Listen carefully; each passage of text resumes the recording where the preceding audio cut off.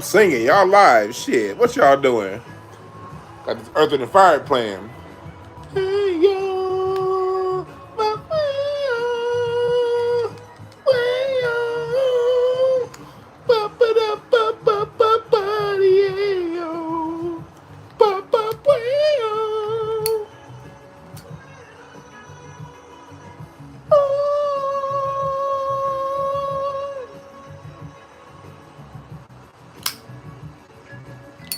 Q&A time. Come on in the room. Come on in the room. Who the first one in the room? Say what's up in the chat room. That's that Don Myrick saxophone solo right there.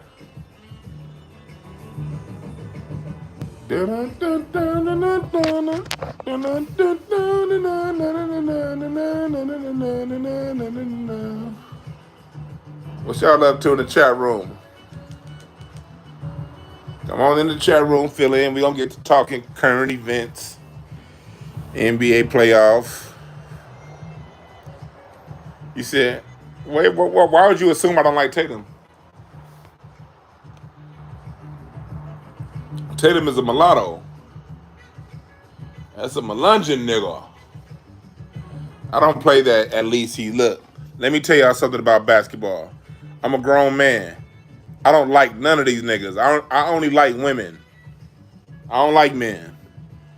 When it comes to basketball, I talk about the game. I talk about the game of basketball. Did you cut? Did you make your free throws? Did you play good defense? Did you hit your open shots? Did you raise your level of play when your team needed you the most? That's my relationship with basketball. The personal stuff, I don't care if these niggas is good fathers. I don't give a damn. Because like people do that all the time with LeBron James. Well, at least he's a good father. I'd be like, man, I don't know that. All I know is what I see on camera. I don't get into NBA players' personal lives like that. I respect their space. You know, I'm not going to sit around and say, well, at least he's this. Look, Tatum is a Boston Celtic. You dig? And I'm a Laker fan. And as long as that nigga wears a Boston Celtics uniform, he's a Celtic. I don't care if he's FBA, non-FBA. He's a Celtic. What's up, Star?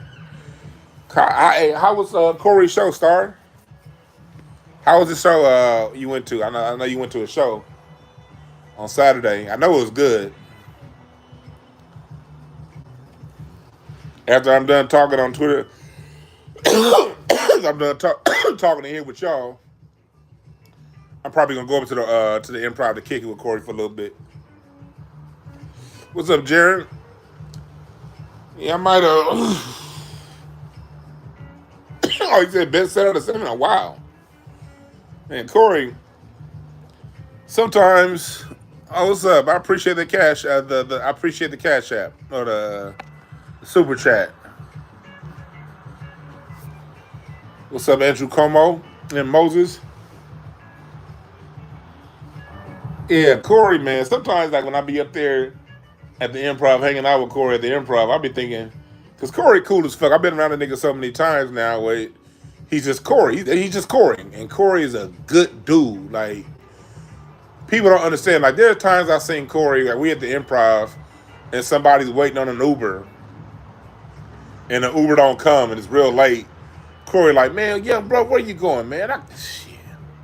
Man, come on, hop in the car with me. I've seen that brother do that.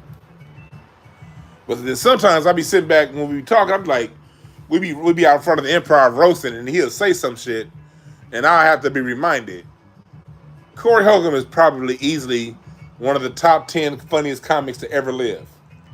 Personally, Corey's in my personal top 5 of comedians ever. And I really don't even like ranking because everybody has their own space. But I'll say out of the comics that made me personally laugh the hardest, Corey's at the top, man. And I be forgetting that shit sometimes. Yeah. Oh, yeah, white women walking out good. How do you pronounce your name? Is it Question eight. I don't question. I'm bad with my pronunciation with the cat. Give me the phonetics way to pronounce your name. Question H.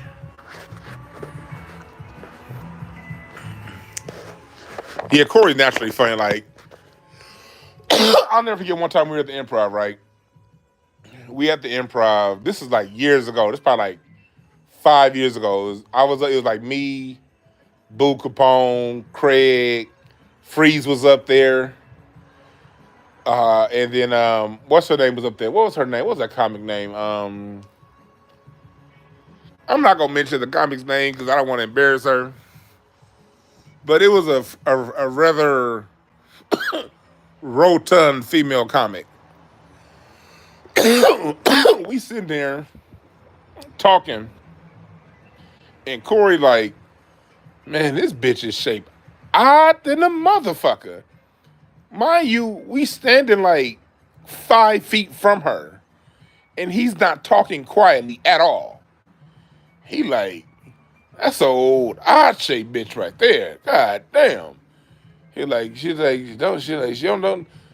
like she eat too much. And he just going in, and I'm like, yo, nigga, do you see she's standing right there? That nigga didn't give a fuck.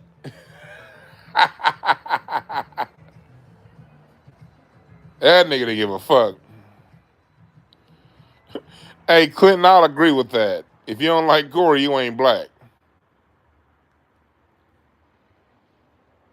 Oh, question. Okay. Question. I thought maybe that's what it was, but the H threw me off. I was like, question H. Because when I see an H by itself, I'm thinking, I be seeing, when you're at home watching The Price is Right, nigga, you see all them Preparation H commercials. So when I saw the H, I was like, I know that ain't Preparation H. I don't even know what Preparation H fixes. Is that like some acne medicine or something? I just know when I'm at my grandfather's house and we watching Price is Right, it be these Preparation H commercials. Like, is that like for like acne or some shit like that? But that's a dope way of spelling it, though. Question. That's a dope way of spelling it. What's up, George? What part of Alabama you in, brother?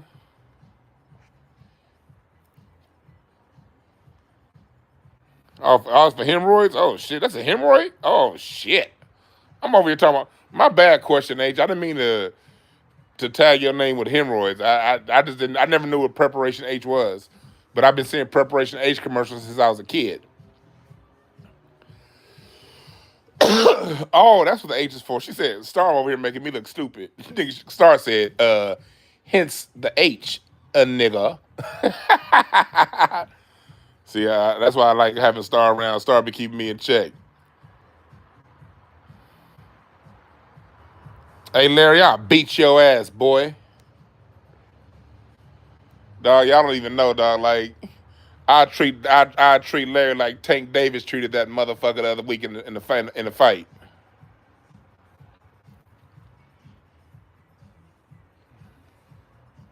Oh, Kamira's my girl, man. I love Kamira. Y'all don't understand. Kamira and Precious, those.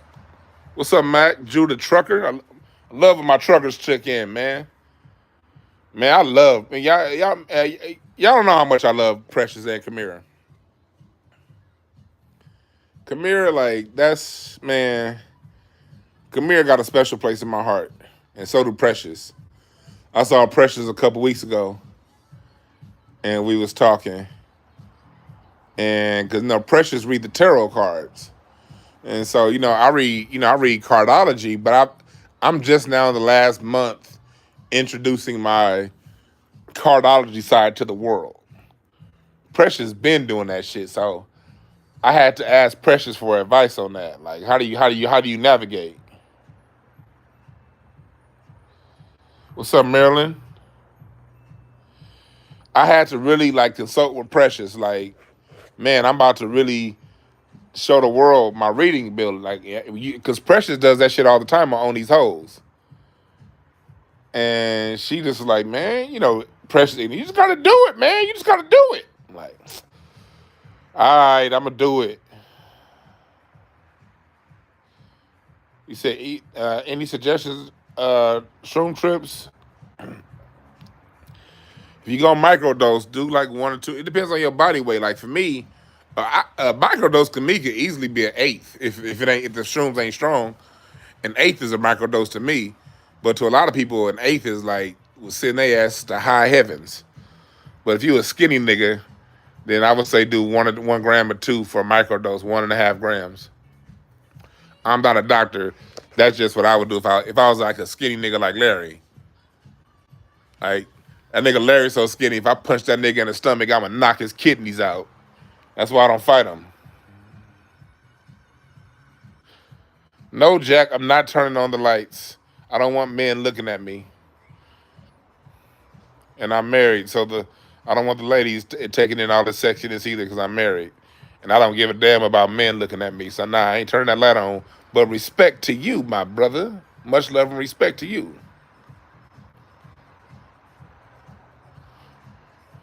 Yeah, what's up, G Mars? What's up, Quan? One thing I will do though is that's like I know because Quan be instigating. She talking about she want to see me and Larry fight. Quan, I be seeing you instigate. I be seeing that sometime. Now, this is the reason why I won't fight Larry, Quan. I knock that nigga's liver down to his knees. That's why. I punch that nigga so hard in the stomach, his liver be down, sitting on top of his patella tendon.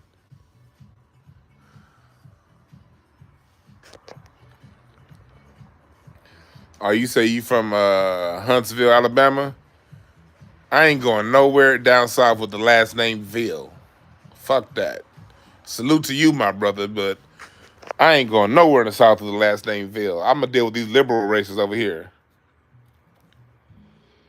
Nah, for real though, but not Quan, me and her can't fight. Me and Larry can't fight.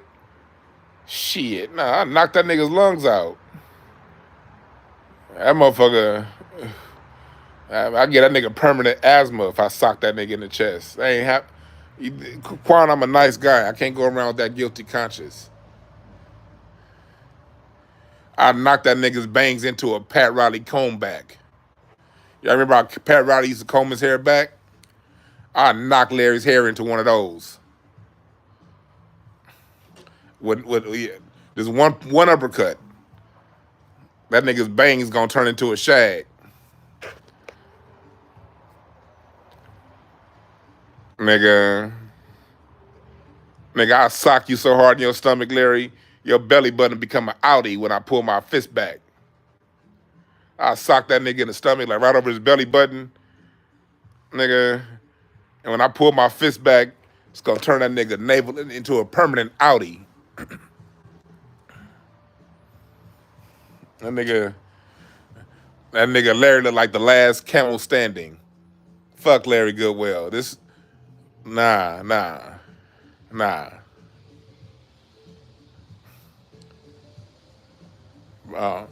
Marilyn, hey Larry, when you gonna do live again? Me and Larry, look, man. First off, I want to say fuck Larry Goodwell, but me and Larry been doing this. It was funny. We was doing these lives together for years, and we was getting like 7 viewers. But we wouldn't be consistent though. That'd be the problem. Me and Larry would do like three shows on Blog Talk Radio, and then wouldn't do a show for like 2 years. And then we did one. And then we did one. When I was at the radio station, Larry would call in from Houston. In most, not even Jacksonville. Jacksonville too slow for me. I'll visit Jacksonville because one day I want to drive the 10 freeway from beginning to end. One day I'm gonna drive the 10 freeway from beginning to end. That'll be the time I go to Jacksonville. Not no time sooner, unless niggas call me to do a show in Jacksonville, then I'll be at that motherfucker loud and proud. Nah, But back to Larry, dog. Me and Larry used to do it. But then Larry, what happened was I would still be doing shows with Larry. But Larry got busy as hell. That nigga Larry be moving. Yeah, Quan King over here. Like when Larry's out here, he was talking about when I was in Texas. This motherfucker Larry had his guns with him. Nigga Larry showed me his one of his guns, like one of his rifles, and that rifle looked so dope. That I don't know what kind of gun was that, Larry? Larry had some dope ass gun. Like when he pulled that motherfucker, I was like, God damn, that's a dope ass gun. But that's such a weak ass nigga holding it. I am not scared. I remember when Larry held his gun, nigga, I had 0 bits of fear in me. Like this nigga ain't even tough enough to pull that trigger. I ain't worried about shit. I'd take that gun out that nigga hand and knock him upside the head with it. That was all I was thinking when Larry showed me his gun. I snap. Yeah, that 300 blackout. When Larry showed me his 300 blackout, I was thinking I'll snatch that motherfucker and nigga beat your ass with it, nigga. Nigga, y'all don't even know, dog. I wouldn't even shoot him with his gun, nigga. I'd take that hoe and just use the stock of it to slap the fuck out that nigga and then throw it down on the ground and walk away. Cause I know he ain't tough enough to get up and do nothing about it. I'll be like, I do some Chuck Norris shit where I take that nigga gun and slap him with it and then throw it on the ground and step over his knocked out corpse and walk off into the sunset. I'll do that. And nigga, I'll do that shit. I just walk off into, and then I'm gonna make sure I have like a leather jacket or some shit. And when I walk away, I'm gonna have my leather jacket and I'm gonna put it on and I'm gonna flip the collar up. And then I'm gonna smoke a cigarette, nigga. I don't even smoke cigarettes. But when I knock Larry ass out, I'm gonna get a Newport, nigga. And I'm gonna light that hoe. And I'm gonna have a leather jacket. I'm gonna look like an 80s tough guy. Y'all remember back in the 80s? Y'all remember? Let's talk about the 80s real quick. Man, the 80s was like one of the worst decades ever. Do y'all remember the 80s? Like, a lot of y'all might be too young. My theme music is gonna be, I'm gonna pick up. It's a song by Steely Dan. It's called Night by Night. I don't know if y'all heard that song. It sounds like a 70s, a hardcore porn song, but it's a song by Steely Dan on their Pretzel Logic album called Night by Night. Go look it up. That's gonna be my theme song. I walk off into the sunset on after I knock Larry's ass out. Now the 80s was corny, Rob. Like I miss the 80s too. Like I have a love-hate relationship with the 80s. I really do. The 80s were special to me. Great music. You know what I mean? I grew up in a very loving household. I was always over my grandmama's house. I love my grandmother because she told my mom when I was 6, you can't let that boy be inside. That's an outdoor boy. Because when I be inside, I get nervous. I just get antsy, nigga. I wasn't able to sit my ass down inside until I was well into my 30s. That nigga Larry will tell you, when Larry was living out here, shit. Hey, Larry, when did I finally sit my ass down? When I got married? Larry, is that when I finally sat my ass down when I got married? It probably. Because I used to, man, I be out. This nigga, we be in the club. We be in the club with Larry. Man, we be in some hot ass nights too. We be at Greystone in Hollywood. And I know I'm all over the place, but I'm gonna get back to it. Man, I remember one night we had Greystone in Hollywood. Everybody there. It's like, nigga, I remember Mari Stoudemire was there. I remember there's a bunch of actors there. I used to run across what's his name who passed away. I'm my bad for forgetting his name. What's his name who passed away? Black Panther. I can't believe I'm forgetting that man's name. Chadwick Boseman. I used to run across Chadwick like 3 and 4 times a week. We got to the point to where like we was on like first name basis with each other because we just always see each other. Like when Chadwick Boseman wasn't filming, he'd always be in the club. He in the club. Larry, I don't know if you remember that night. It was a night like Joe Johnson was there. I think that was the night Joe Johnson signed that contract extension. He had re-upped with Atlanta. He had got like no, I think no, it's when he got that New York, that Brooklyn deal. And we in the club, this shit is popping. Nigga, we there. This nigga, you know what this nigga Larry doing? This nigga Larry in the VIP booth, ready to go to sleep. That's Larry's weak ass. This nigga Larry, how you gonna be in the VIP booth? And the booth was in a corner. So Larry get up in the corner, and this nigga lean his head against that wall. This nigga was out. I mean, that night was cracking.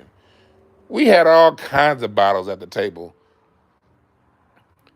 We there, and then there was another night. Hey Larry, remember that night when we had was it? You were there that night that Matt Barnes' birthday party at the Congo Room. Weren't you there at that night too? I remember Larry was there that night. We had it was Matt Barnes' birthday is like around Halloween, so we had like a Halloween party at the Congo Room for Matt Barnes. That night was fun. But Larry, this nigga, hey y'all, this nigga Larry was mad and like wanted to fight Lamar Odom for spraying us because they got a bottle of Ace of Spades.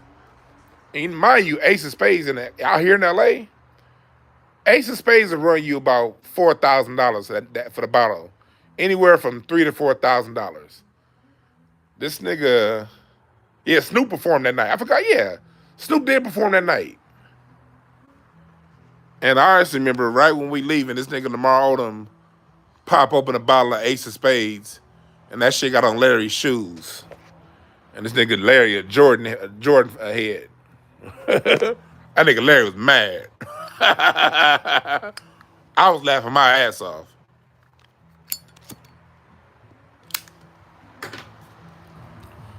Larry said I was laughing because Lamar Odom was a fat nigga like me. Fuck you, Larry. Yeah, but me and that nigga got stories. But hey, Larry, yeah, come on, let's do a show like this week. Let me know when you free. Me and Larry will do. Me and Larry, we'll do this shit on live. I wish I could patch motherfuckers in live on YouTube. Why don't YouTube let me do like what Instagram do and patch people in? Yeah, but back to the 80s. The 80s were fucking terrible, all right? For all you niggas born in the 90s, you missed the wildest decade in history. It's like y'all know me. I'm an armchair historian. I could tell you my history really well. So I study history very closely. You know. I said that to say the 80s were an aberration. I mean, the style was crazy. See, no, I understand every decade. I understand it. The 60s is when free love came and wild sex. That started in 1960. But they still wore those bebopper suits. I get it. You know, I get the way they dressed in the 60s. I get the way they dressed in the 50s. I understand the way they acted in the 40s and the 30s and the 20s and the 10s. I get the 70s. Bell bottoms, groovy. Don't wear them today, but I understand. The 80s? Why the fuck was women wearing shoulder pads? Y'all don't play football. That's how absurd the 80s were. Women were wearing those Murphy Brown jackets with shoulder pads. Ain't took one sack.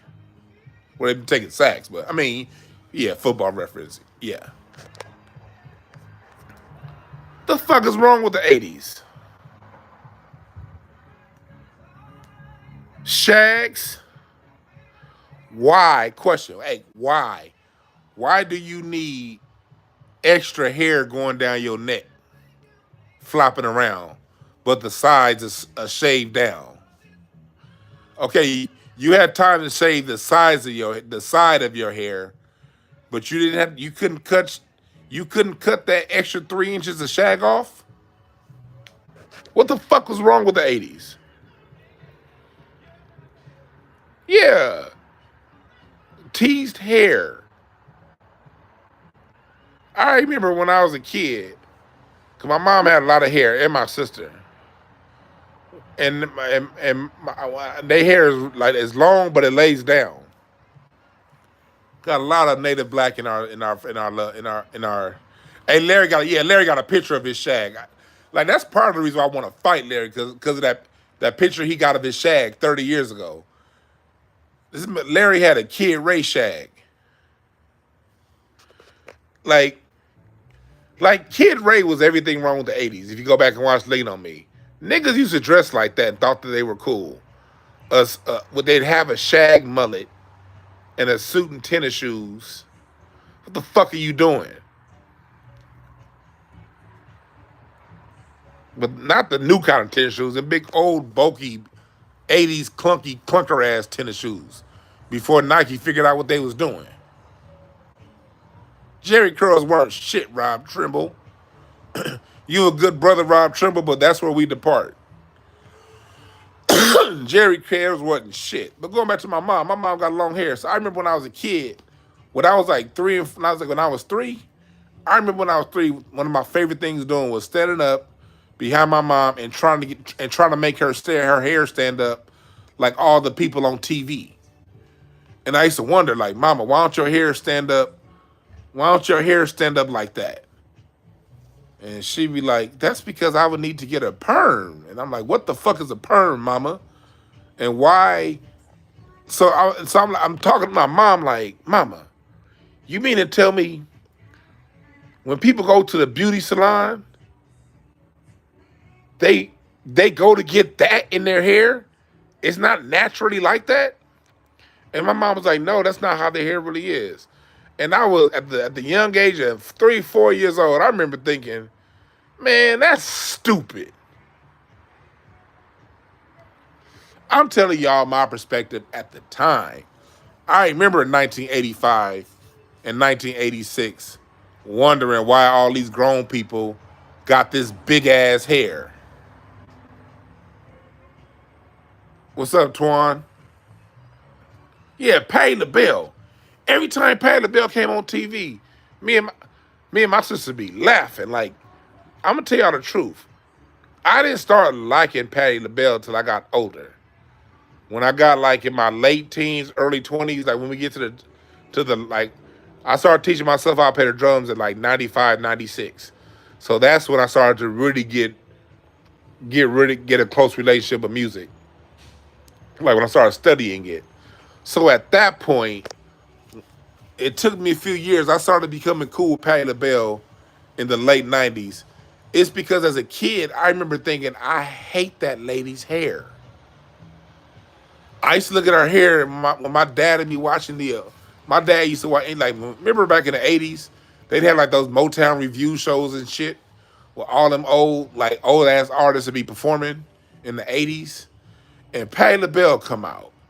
And I look at the TV like, Daddy, why is her hair like that? It looked like it cuts. Like, her hair looks like one of the Ninja Turtles weapons. Her hair looked like that shit that, what was the dude that, what was his name? Schrader? What was the boss in Ninja Turtles? Schrader? I was like, her hair looked like one of the tools that Schrader would use. And I hated it then. So let me tell y'all, the 80s wasn't shit.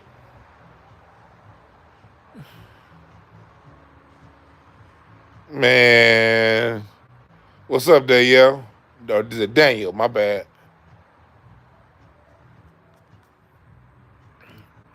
Man, I did not like Patti LaBelle when I was a kid. Like, this lady's annoying. Why is she screaming with her hair like that? Ugh. Ugh. Then as I got older and learned how to appreciate music, Patti LaBelle became one of my all-time favorites. But as a kid, I did not like it. AB, Paulie, stop cracking jokes, nigga. You know, my wife be clowning me. That's why I don't like when Larry around. Like, Larry will tell you, when Larry be kicking it, we be in the back, we just be walking through the hall, and my wife would just give me with a good one. And then I hear Larry in the background, fall out laughing. I mean, just like a couple weeks, my wife was like, my wife been knowing me since I was 13, 14. She was like, man, I only have like 2 or 3 memories of you with hair. I'm like, yeah, so? I started cutting my hair bald when I was 14. I hated brushing my hair.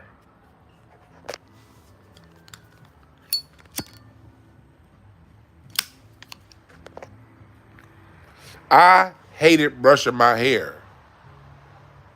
Mm-hmm. Yeah, my wife would say some shit, then she would get with Larry. Larry be in the other room, and all I hear is this nigga, and Larry got one of the most ignorant ass laughs you'd ever hear. This nigga, Larry, would be in the background, falling out laughing. Hey, fuck you, Larry. Yeah, I was, man. My hair, like, I was in it, like, brushing my hair, man. And I had, like, a lot of different hair. I had nigga hair in the back. I had Larry style hair on the side of my head, and the top of my hair was real soft. So if I brushed my hair, nigga, I looked like I had a damn near Frederick Douglass. Like, one side of the right side of my head, the head was flat, and all of the rest of it would be kind of poofed out. I had a low key Frederick Douglass, like when I let my hair grow. So I wanted to keep my fade, but at the same time, nigga, y'all see me on Craig Facts. I don't like grooming myself like that. I still don't like grooming. Nigga, I take showers and brush my teeth. I ain't gonna be shaving every day, nigga. I don't like brushing my hair. Only thing I like doing is brushing my teeth and showering. Nigga, I am not gonna be brushing my hair. I'm not, I don't like going to the barbershop every 2 weeks. Nigga, them lines be long. Even when you got an appointment, the niggas always got somebody ahead of you. You got the old niggas ain't talking about shit in them barbershop.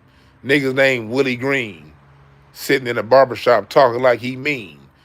Hey, young brother, I'm the first nigga on the scene. Because they call me Willie Green. Niggas like that. I'm like, man, fuck all that. Let me start cutting my own hair. Matter of fact, let me cut this shit bald. Because I hate brushing my hair. I got this goddamn Frederick Douglass hairdo. I'm over here looking like I'm getting ready to free the slaves. Shit, I'm walking in class to the other students thinking I'm a teacher. Fuck out of here. Let me cut this shit off.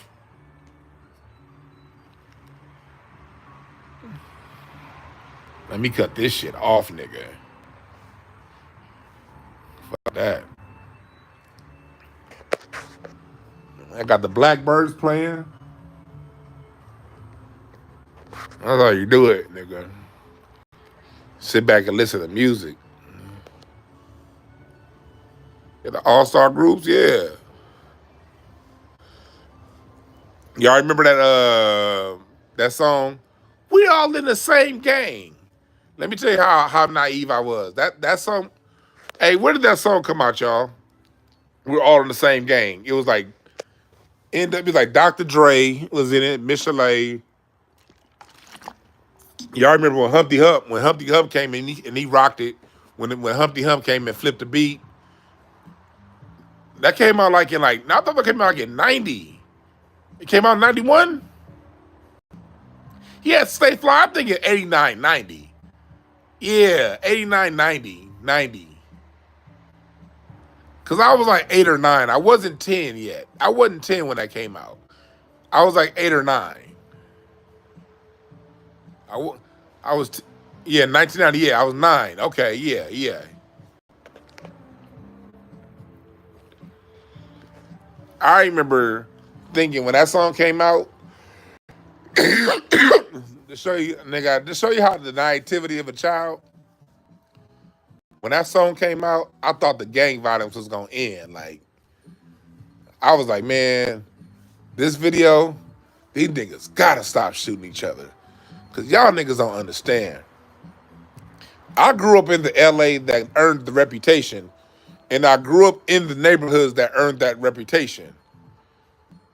My parents didn't move into the good side of town till LA had calmed down. Hell yeah, MC Hammer was on that. Tone Loc was on it. Nigga, that song was hot. But I remember thinking that shit was gonna stop the gang violence. Cause look, y'all, in 1990, that's when I'm still going over my grandma. I told you about my grandmama when I started this. Stay Fly, see you with me? Okay, I wasn't the only one. I got somebody that feel me in here. So in 1990, my grandmama, she knew I couldn't be an indoor kid. She let me be. I had to be outside.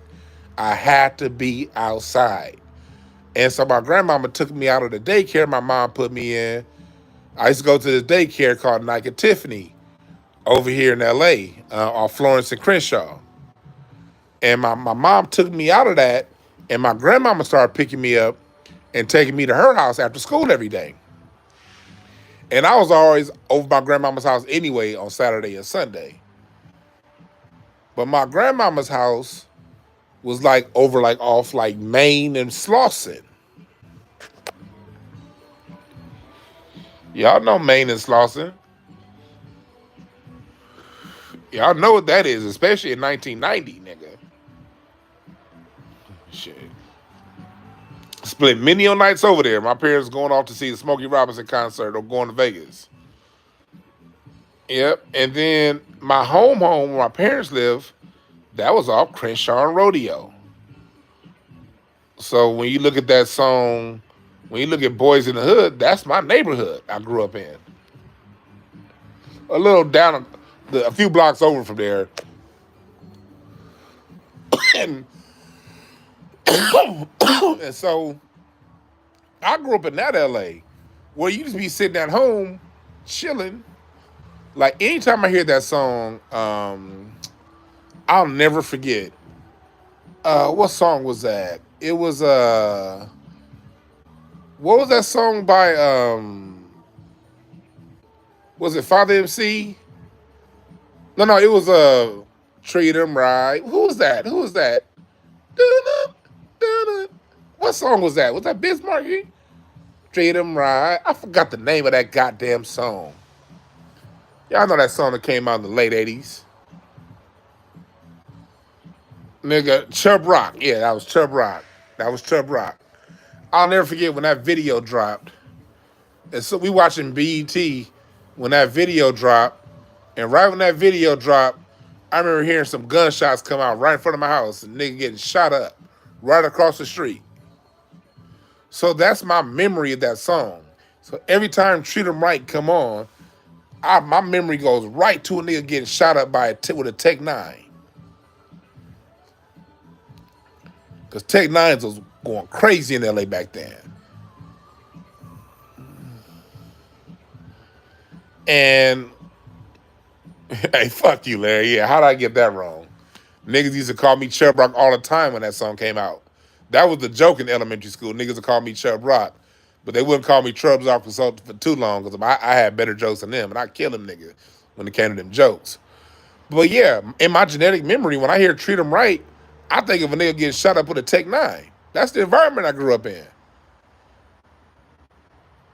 Like, a lot of niggas that be talking, let me tell y'all something.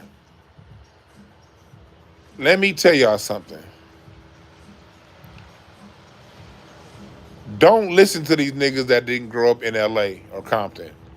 Compton, Compton, Inglewood, and LA. Those are the only niggas you can listen to talk about this city.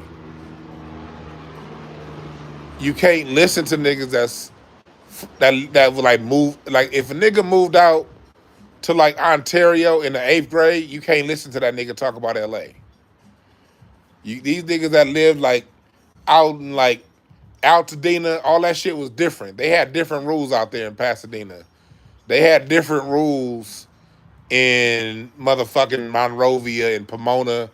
All the niggas that moved out there, any nigga that moved to the valley, them niggas had different experiences. They weren't in that shit every day. Because those people are the people that left LA when shit got rough. Those was the quitters. Them niggas that left LA when shit got rough. Lancaster wasn't popping yet at that time, G Mars. Lancaster didn't really become a destination until the late 90s, early 2000s. That's when Lancaster started to be developed. But back then, this is when Pomona and Riverside is getting developed. Riverside, San Bernardino, niggas started going out there. So them niggas quit. They left. So basically, the only stories they got was the stories of everything bad that happened. Because that's all the news ever talked about. And then, like, when they would see their cousins in LA, you know how it is. You know, people ain't gonna talk about the good interactions. They only gonna, like, it's traumatizing. Yeah, Rialto. People only gonna talk about the person that got shot down the street. Like, for me, here's my memory of Valentine's Day. My memory of Valentine's Day 1991 was a man, when Dorsey High School let out of school, a man got stabbed up and got stabbed in the heart right behind the apartment across the street. So although I didn't see the stabbing happen, I remember the ambulance coming and I remember seeing the blood go down the street. That's my memory of Valentine's Day 1991. This is 2 months before the LA riots. So mind you, this is the temperature in LA before the riots.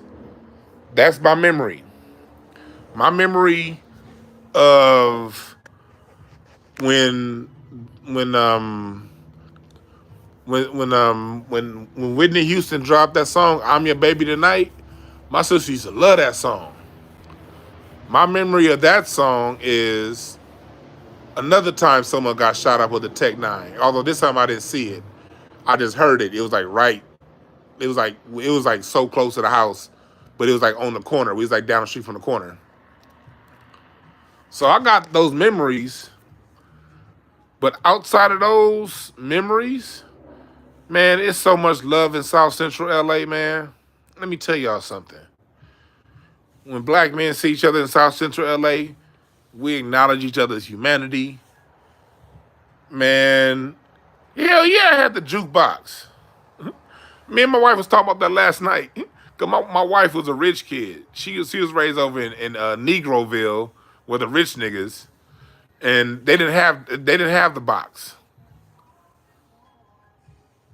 Yeah, like they didn't have the box, but we had it where I lived. Yeah, my memories of the box was that song Aisha being ordered, and you haven't listened to that song Aisha 47 times in a row because that's what niggas kept ordering. Soon as that video go off, next song of the night, Aisha by Another Bad Creation. Aisha, you are the girl. My memories of that song Aisha. That's when I played basketball at Rancho Cienega Park. And when I was at Rancho Cienega Park, I remember motherfucker getting jumped at the swimming pool, like right in front of me. But I said all that to say, those incidents were here and there. The rest of the time in South Central, man, there was a lot of, man, LA full of love, man. Let me tell y'all something. I don't walk around scary. It be the niggas that live on them peripheral towns. They be the ones that when they come to the South Central, they be all looking around. Man, you can't get caught slipping here in L.A., man. You can't, nigga. Let me tell you something. You can't get caught slipping anywhere. Your head need to always be on a swivel. So what? You think just because you on the South Central, you need to be on your head need to be on a swivel any more than it is when you in a white neighborhood with all these school shooters running around, you dumb nigga? You don't need to be any more cautious around black people than you are anybody else. I grew up in the pit of this shit, man, and I'm going to tell you something. It's a lot of love out here. A lot of genuine love. It's a lot of respect. See, the gangster niggas in South Central, they didn't fuck with us squares. They didn't fuck with us squares, man. I was the fat kid that hooped. And I'd be at the park hooping. They wouldn't do that around me. Or if it was about to be some real shit, the gangster niggas would tell me, hey, Dwan, it's a little hot out here. You might not want to be out here. Most of the time, I got that news before I even went to the park. Most of the time. Because word got around real quick in the hood. Usually, I knew not to go out the house before I got to that point. But for the times I didn't, the gangster niggas would be like, D, man, there might be some shenanigans later on, man. You might want to, today ain't a good day to be at the park.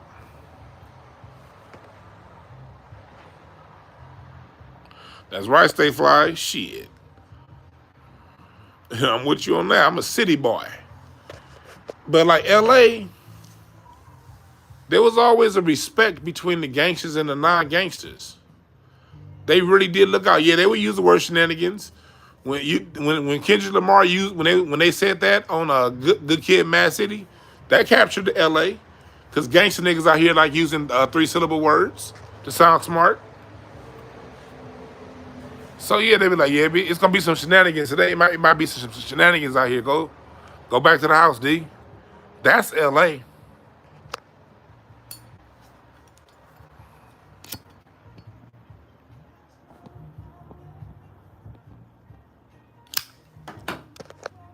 Word get around quick out here.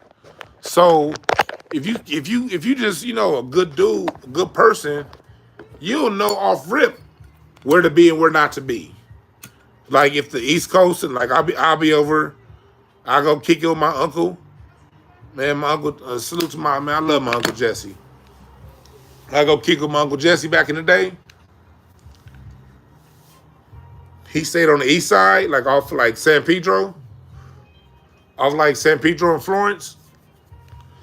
And they'd tell me flat out, I walk down the Golden Ox, but before that, niggas will tell you right off the bat, like, hey, look, man, the East Coast of the Mexicans beefing right now. You might want to go to the house.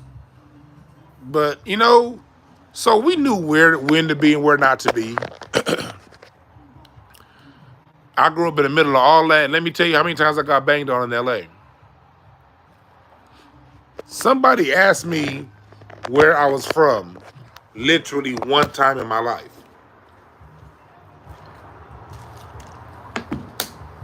I'll never forget. I was in the 7th grade, 1994. Dorsey High School was just letting out of school. I was in middle school at the time. And so I got home early from school that day. And I was at the house, and my dog got out the gate. And my dog got out, ran down the street. And this is right as Dorsey High School was letting out. And I had on these blue Emmitt Smiths. Remember the Reebok Emmitt Smiths? I had on some of those. And some nigga was like, where you from? I was like, man, I'm getting my dog. And I walked off. I'm like, that nigga was corny. I ain't never really got pressed in L.A. because, nigga, I was a solid square. Niggas didn't have time to be getting penitentiary chances over fucking with a square. Just have basic wisdom. Don't go around wearing gold. Don't be flashy. If you went to when I went to Westchester High School, I would tell niggas, take your Jordans off. When St. Nick When Saint Nick, when he drops that video, y'all gonna see my interview I do with Saint Nick. We talking about that. Take your Jordans off before you get to the Market Street bus stop in Inglewood. Cause them niggas that went to Morningside in Inglewood, they be there and they get on the back of the bus. They take niggas pagers, take niggas Hilfiger jackets. So when you went to Westchester High School, if you wore Jordans, if you was rocking a Hilfiger or a Nautica jacket, you had to put that shit in your locker or put it in your bag. And that's where white tees got popular in LA. White tees got popular because if you wore your gear on a certain side of town, niggas, you'll walk home naked. So niggas would get white tees and they wear them white tees and had a good shit in their backpack.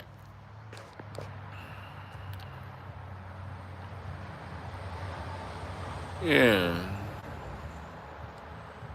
Yeah, Randy's, hell yeah. Hell yeah, man, hell yeah, I would go to Randy's Donuts back in the day. My mom used to stop at Randy's like on the way to work. So we didn't go. I would say like once a week when my mom was taking when I was at middle school, when I was going to Overright Middle School. About once a week, moms, we ride through the Randy's. We knew the owner, Larry. It was twins that they sold it down, but it was twins that owned Randy's. It was Larry and I forgot the other one's name. Larry and Randy. I think the other one's name was Randy, but one of them's name was Larry. It was an old scraggly beard white man, and he worked that drive-through window up until he sold it.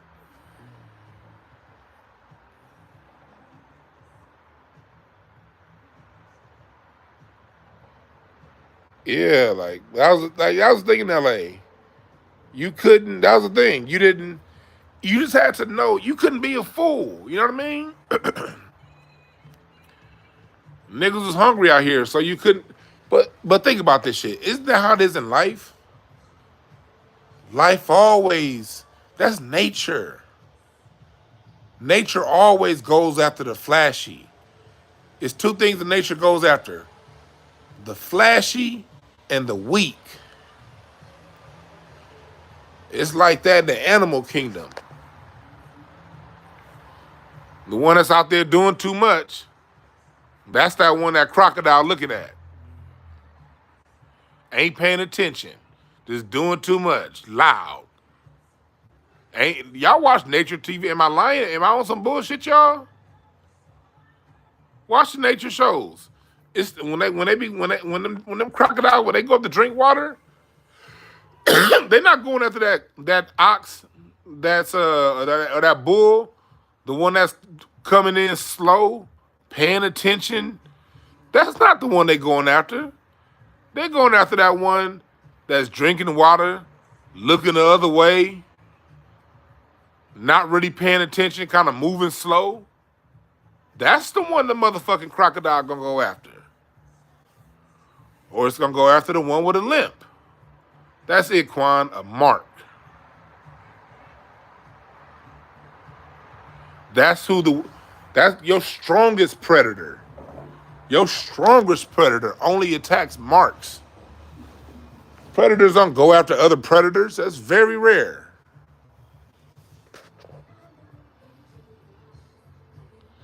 So in life, you can't be the weakest link. You got to make yourself a threat. That's just a good life skill. If you live in a white neighborhood, it's going to be the same thing. They're going to go after you. If you're weak, they're going to go after you. You're right, trust the shooter. They just trying to eat. And the sad part about that hood mindset is when you in the hood,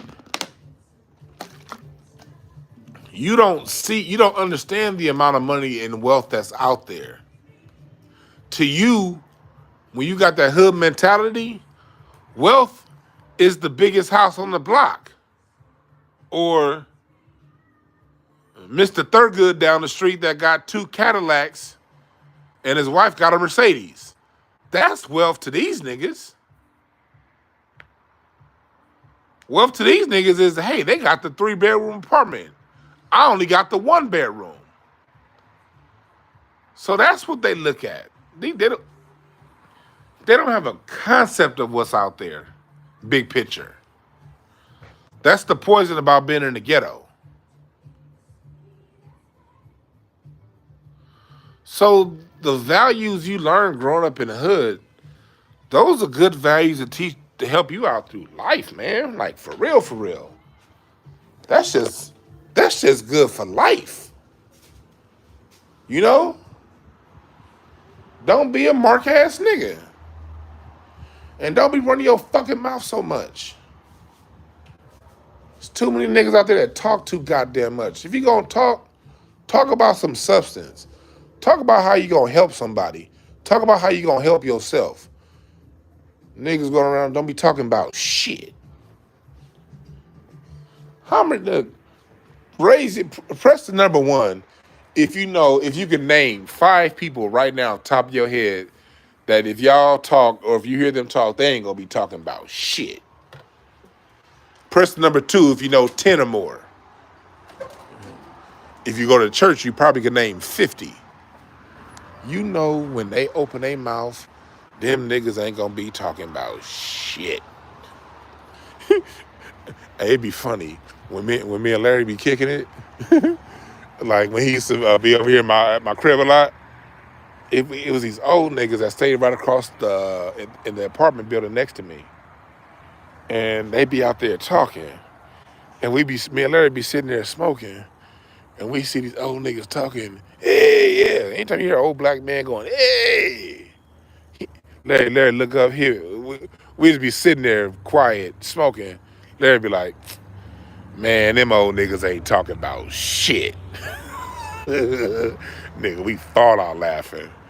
Nigga, that was kind of a thing. Like, nigga, Larry, like, it was the same thing with Larry, because whenever Larry come out here, he stay here for a little bit.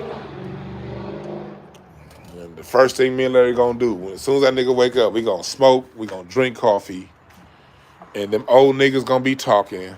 Unfortunately, 3 of the 4 old niggas that we talking about, they've since died, so they've since passed away. But when they was alive, Larry be sitting there, we be like, man, them old niggas ain't talking about shit.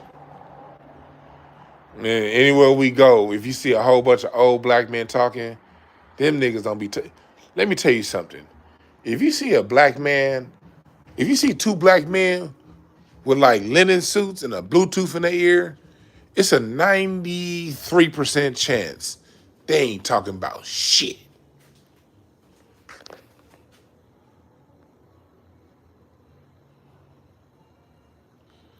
Just running their goddamn mouth.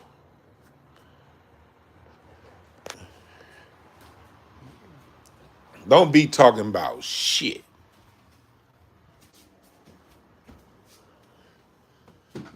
That's just how it is. Old niggas, man. Anytime you hear an old black man, and anytime you got an old graveler, anytime an old black man voice a little bit gravelly, hey, yeah, I'm guaranteed I tell you, all gravelly voice old niggas don't be talking about shit. I love my grandfather, man. He 98 years old. And for the first time in his life, he's like, I saw my grandfather in the hospital for the first time in my life last week. He 98 years old. And my first time ever seeing him in the hospital was last week. I love my grandfather. But my grandfather, Poppy, and Larry been telling me, people been telling me I gotta talk about my grandfather more when I do my stand-up comedy. Even Kamira. I've told Kamira stories about my grandfather. She be like, Kamira has told me this no less than 10 times that I gotta write jokes about my grandfather. And now it's to the point now to where when I talk about my grandfather around Kamira, she just shake her head and be like, I don't know why you ain't wrote no jokes about that. Cause yeah, my grandfather, man, he be having jokes. He be talking shit, boy. Like, We be sitting there, we be sitting in the house, and every time a Mexican walk by, look at them roaches over there. God damn it. Goddamn came over here like roaches. One day when I moved in this neighborhood, the neighborhood was white. Then it was black for a long time. Then it got infested by all these goddamn roaches and shit. You even got a white motherfucker on the block now. Still too many goddamn roaches. That's my grandfather. Poppy.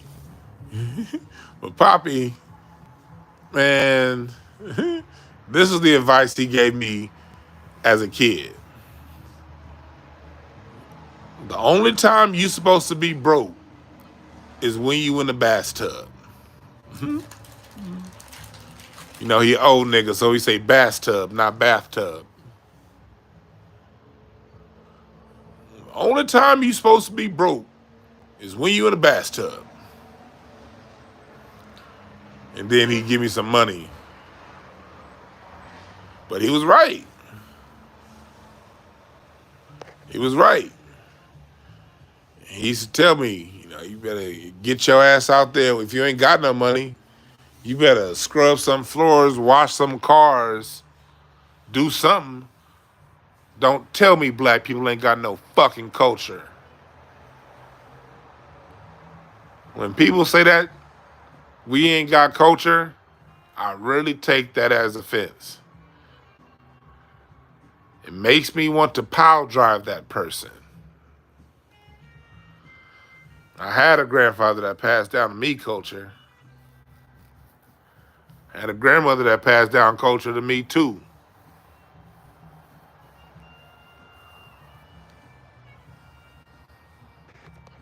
Good wisdom. But I remember when my grandfather would hang out with his friends, all he do is clown. Like my grandfather had his one friend named Hunter, and Hunter had a stiff neck, and so Hunter, I'm gonna tell you a Red Fox story real quick, Quan, when I'm done with this story. Remind me if I forget. Tell the Red Fox story. My grandfather had a friend named Hunter, and Hunter had one of those stiff necks to where when he turned, he couldn't just turn his neck; he'd have to turn his shoulders. And I remember when I was a kid watching my grandfather, Hunter be over the house, they'd always play cards. They'd always play spades. And my grandfather be sitting there talking shit the whole time. Yeah. I'll make you turn your neck with this one. Huh. And you old and moving stiff now. I'll have you running like Jesse Owens with this motherfucker. Huh. And my grandfather used to clown the fuck out of me too. He used my grandfather's one of them dudes that he cooked a lot. When you go to my grandfather's house for breakfast, he'd have French toast, pancakes, ham slices, bacon, grits, eggs, and we'd all had to sit there and eat, and we had to eat everything, and so we eat, and then I never could eat it all, cause he give you couldn't no kid eat all that shit. So when his friend Hunter would come by, they be playing cards, gin rummy or whatever. My grandfather the whole damn time, little fat motherfucker right here, look at him. You see a little fat bastard? Little fat bastard. I gave him, I ate 2 pancakes. He'd be like, I get a little boy 7 pancakes, and he ate them all. Look at him. That's why he a little fat motherfucker now. Look. Look at him. And mind you, I'm in the room chilling. I'm just trying to watch cartoons. And my grandfather be like, I get a little fat motherfucker 8 pancakes, and he ate them all. I ain't got no more goddamn pancakes. I would have had some more pancakes for you, Hunter, but the little fat motherfucker ate them all. And mind you, I'm 5. I'm 6. I'm 3. My grandfather clowning every day. He clowned the fuck out of me, but he give you a whole bunch of food too. Like my grandfather, like them old black men of the South that didn't have much growing up, man, they had. My grandfather would have literally like dresser drawers in his room full of soda, and I would drink one soda, and then he'd be like, "Go ahead, Dwan, have another one, have another one." Nigga, I'm 8, so yes, I will. I will have another one, Poppy. I'm 7. Yes, I will. And then one day my mama came over and saw how much soda I was drinking. She cussed my grandfather out so fast. But mind you, I'm drinking the soda, but when his friend Hunter come by, he tell Hunter, that little fat bastard, drank 6 sodas. I told him to stop it. He drank one, and I'm just sitting there looking at him. He go to the drawer, he get another one, and I'm thinking the little fat motherfucker gonna stop. Then he go back, and he get another one, and this fat motherfucker kept going. Mind you, I'm sitting there, I'm 6 years old, like 8 years old, like Poppy. You told me to get more. And my grandfather used to clown the fuck out of me right in front of me. And then I remember I getting real mad. Went going to my grandmama, and this is when I got a real good life lesson. Went to my grandmama because when I was like 8, I was like 7, I was like 8. I had enough. I went to my grandmother. I said, I hate him. And she sat there, and my grandmother said something I'll never forget. She said, because she'd always say, he just playing. I never understood what she was saying when she would say that. I didn't know he was playing. I thought he was mean. And then my grandmama was like, let me tell you something, baby. She said, we come from hard times. So we figure we toughen you up in the house so you can deal with that stuff when you leave the house. And then she was like, you know how it can be tough at school and you deal with things? I'm like, yeah. She was like, well, if you deal with the tough stuff at home, it ain't nothing you can deal with that's outside of home. So if you can keep your joy, she told me, she said, if you can keep your joy and keep your smile dealing with Poppy, you can keep your joy through anything. Because can't nobody hurt you like family.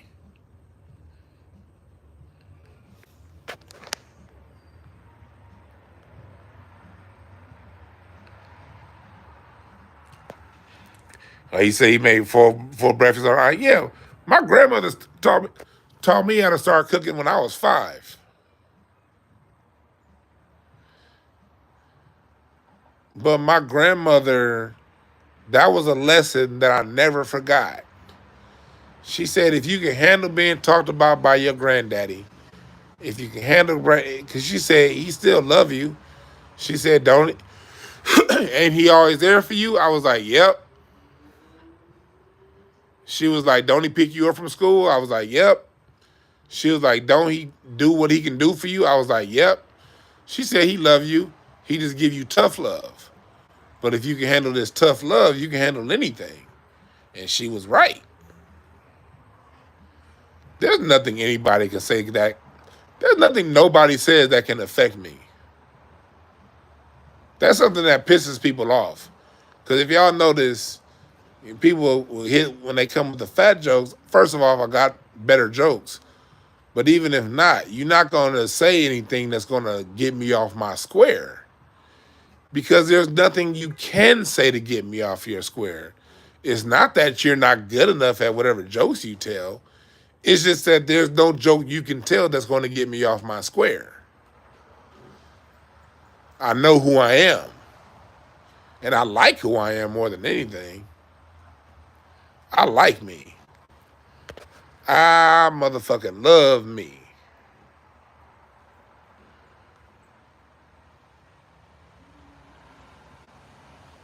Yeah. Yeah, you say grandmama had you cooking at 8? Yep. My grandma put me on that. I remember my mom was scared. My grandmama had me cooking eggs the minute I could look at the stove. Hey, Larry, you cannot knock me off my square, dog. Larry, I beat your ass like they beat Jesus, nigga. You. Oh, yeah, thank you, Quan. The Red Fox story. Going back to my grandfather. My grandfather used to know Red Fox. And because he grew up in that era of L.A., where he grew up in pre-segregation L.A.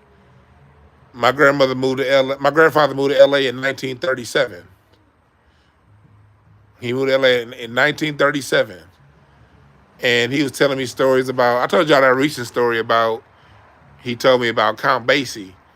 Count Basie's band used to sometimes rehearse in his house. But my grandfather was like, he was a hustle man. Like he always kept a job. But my grandfather hustled chickens. He would go out to like way up to Bakersfield and leave like at 4 in the morning, get a bunch of chickens, bring them back, and sell them. And he would take my dad with him. And this in the 1950s. And he did this before my dad. He did this going back to the 40s. But in the 50s, my dad sold chickens. Now, not chicken fights, like chickens, because they didn't really, people like the fresh chickens. And he would get them on the hookup down there. So he could see his chickens were cheaper than the store's chickens. So he would get my dad in a van throughout the 50s and go around and he would sell the chickens. But my grandfather ended up getting a good clientele. Like Red Fox was one of his customers, but they ended up becoming cool friends. And when I was a kid, my grandfather used to tell me a bunch of Red Fox stories about them hanging out and talking shit, cracking jokes. So like this story, I remember I told my wife this. So like when my wife, he was hanging out with my wife. We went over. This is like right before we got married. I took her over there to kick it. And mind you, at the time, we had just gotten married. Mind you, at the time, he's 90 years old at the time. My grandfather and my wife are talking about Nick Cannon and Mariah Carey's divorce. Like, that's how much on current events he be on. Like, whatever that was like around the time Nick Cannon and Mariah Carey got divorced. And he's over here talking about the TMZ gossip with my wife, and he's 90 years old, talking about Mariah Carey and Nick Cannon getting a divorce. And so she asked him about Red Fox. She's like, yeah, Dwan told me you knew a lot of people. You knew Red Fox. She was like, was he funny? And my grandfather was like, he was all right. Shit, nigga, but I got jokes. Nigga. He wasn't that much funnier than me, goddammit.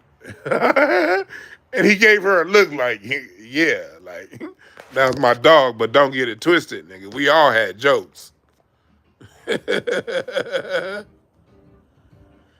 Yeah, positive influence. That's what he was doing. He was undercutting the fresh produce. Yep.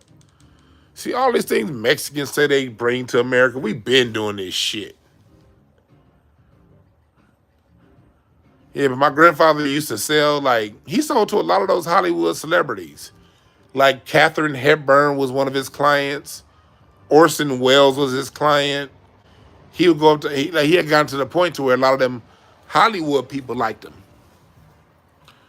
And he would go up to Beverly Hills and sell those chickens. And what he would do is he would sell them and he would cut them. Cut them up, quarter them up, season them up. And if they wanted them cooked, he would cook it sometime, or they would have their chef cook it, but he would prepare for their chef, or he would cook it themselves. But yeah, like when you talk about old school Hollywood, like 1950s Hollywood, Betty Davis, these were my grandfather's clients. And one of his main clients was Nat King Cole. My grandfather told me, like, now mind you, I just told you that story about Red Fox. My grandfather, he didn't give a fuck about none of that shit. You know, my grandfather, he was his own man, you know. Poppy didn't play none of that bullshit, you know. He knew everybody, so it wasn't nothing to him. But the one person that he always talked positively about was Nat King Cole. That's the only person my grandfather never said a bad word about, never talked shit about, was Nat King Cole. When I asked him about Nat King Cole, I said, tell me about Nat King Cole. He said, gentleman. Now, let me tell you, Poppy's ignorant. Poppy ain't got shit to say positive about.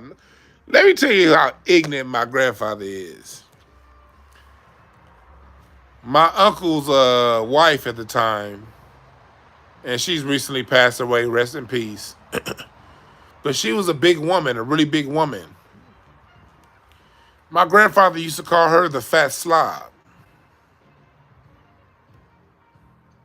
And she would be getting out the car in the driveway, getting the kids out the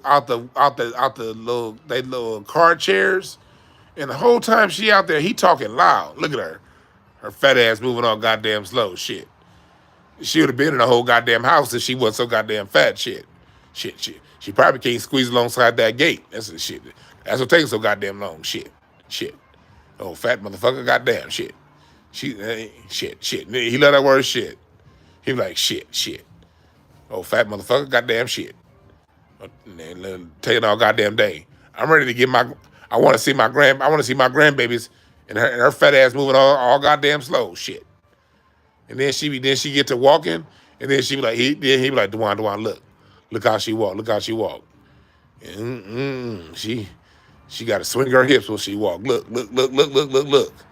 So she getting closer. So she be getting closer and closer to the porch, and she's walking as she's walking up the steps. Look at her. Shit. It's only 3 goddamn steps, and she breathing hard. Look, shit. Look. And then as soon as she gets to the door, hi, Felicia, how you doing, baby? Oh, you got my grandbabies with you? Dwan, open the door for your auntie. Oh, yeah, bring my babies in here. They're like, Poppy. And then she go to the back, then he get mad because she say hi to him, and then she go directly back to my grandmother. My grandfather always stayed in the living room. My grandmother always stayed in her room. So as soon as she go back to my grandmother, shit. I'm glad she didn't sit down. Shit, she gonna damage my goddamn couch. Shit, goddamn fat bastard. Shit.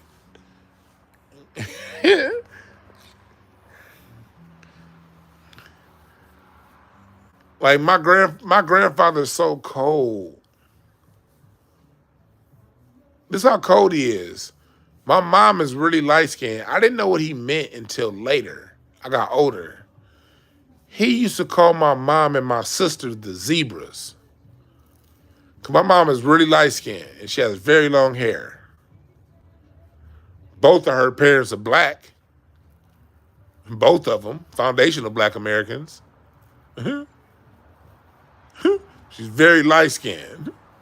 But he used to be like, when I be over there, he'd be like, the zebra's about to come pick you up now, shit. Make sure you get ready now, the zebra's on the way. And I'd be like, why he call my mama a zebra? And then my sister, you know, she has 2 foundational black American parents, but my sister has a different dad. And her dad, you know, it tells a lot of Native American on that side. Them niggas. And he used to call my sister Pocahontas too. I'm not Pocahontas. We call her Pocahontas. He called her a zebra too.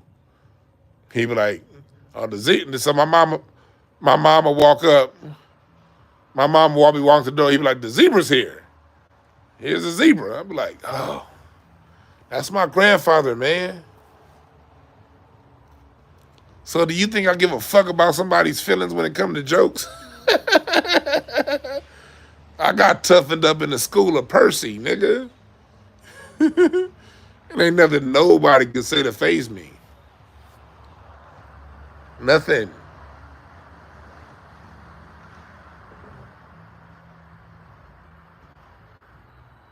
Yeah. Man, my grandfather, he called your mom white bread?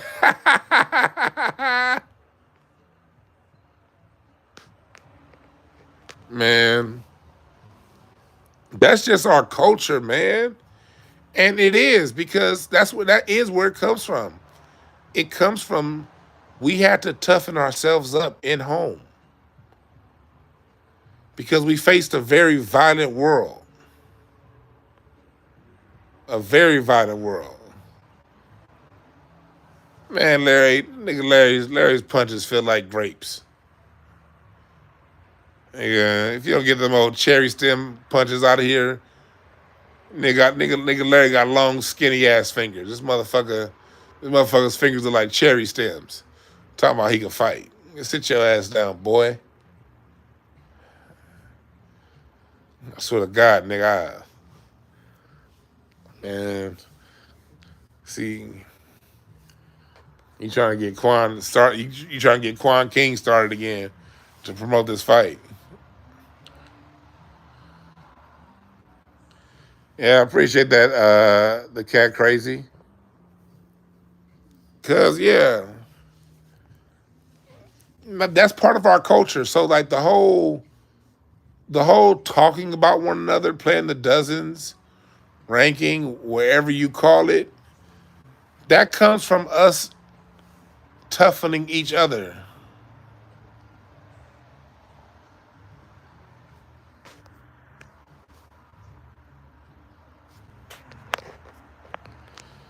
Not Cal because I can go for hours with the jokes. I choose not to. Ask any nigga that knows me personally. Some of you niggas don't understand this on Craig Facts. That's a show. Are you talking about Boxing Larry? I don't need 2 minutes. That's why. See, Khalifa Kush, I'm insulted. Now, first I thought you were talking about Craig Facts. Now I'm really insulted. You talking about what, Larry? Nigga, the fact that you think I need 2 to 3 minutes, what kind of fool you, man, you must think I'm a weak ass nigga. Nigga, I don't need no more than 2 to 3 seconds with Larry, nigga. What the fuck? I ain't worried about getting tired fighting Larry. What the fuck? I thought you was, I could see if you was, I could see if you was, if I was talking about fighting a real nigga, then Khalifa Kush, you might have a point. If I was fighting a real nigga, you might have a point. But fighting Larry, shit. Nigga, I knocked that nigga. I'm left-handed. Nigga, I knocked that nigga Larry out with my left hand while eating a Twinkie in my right hand.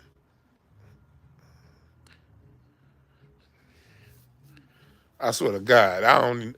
This nigga said I need 2 to 3 minutes. I'm insulted. Nigga, you think? Man, please. I uppercut that nigga with a full glass of wine and I spill a drop. Nigga, I knock that nigga out while drinking Merlot.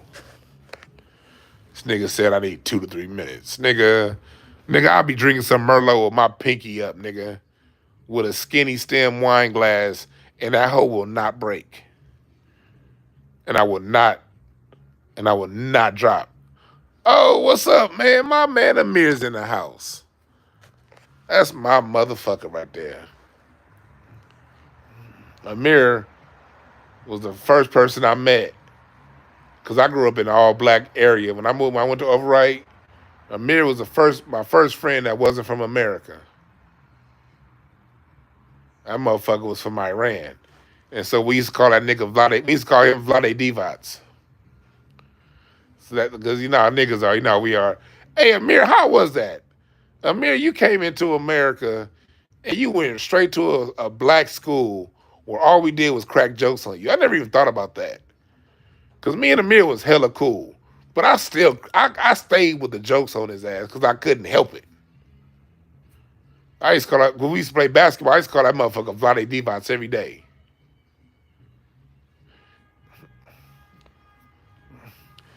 I always gotta ask that, man, because all I know is when middle school was over, I thought Amir was gonna come to Westchester with us. He moved his ass back to Iran.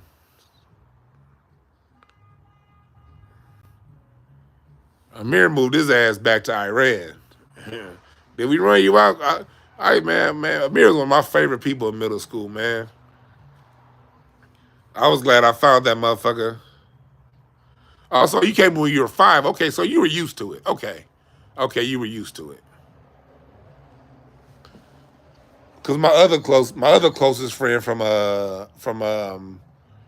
Overright, he's from I'm not gonna say his name because he worked for them folks, and I don't want them knowing we cool like that. But we just actually kicked it a couple weeks ago.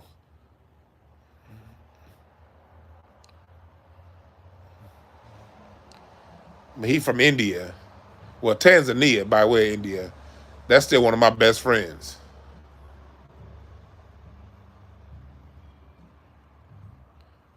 That's still one of my best friends to this day. But I used to call them niggas, I used to call them motherfuckers any Middle Eastern joke I could think of.